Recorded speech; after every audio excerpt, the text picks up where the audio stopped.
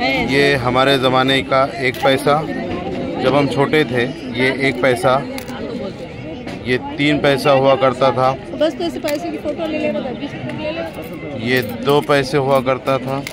ये 10 पैसे। और ये 10 पैसे। 10 पैसे, ये 5 पैसे, ये भी 10 पैसा है, ये 10 पैसा है,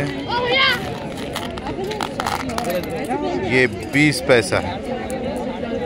उसके बाद 10 पैसा यहाँ पीतल का भी आया था।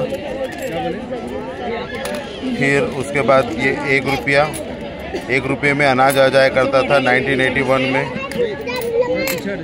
ये 50 पैसे, ये कितने का है? 50 रुपये की। ये 2 रुपये,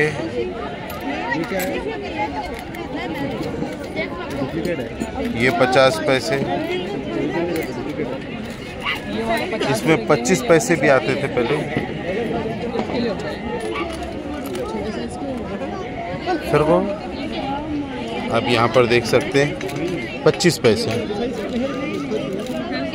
ये 25 पैसे। यहाँ पर चार मीनार में हम हैं और चार मीनार में ये सिक्के हैं।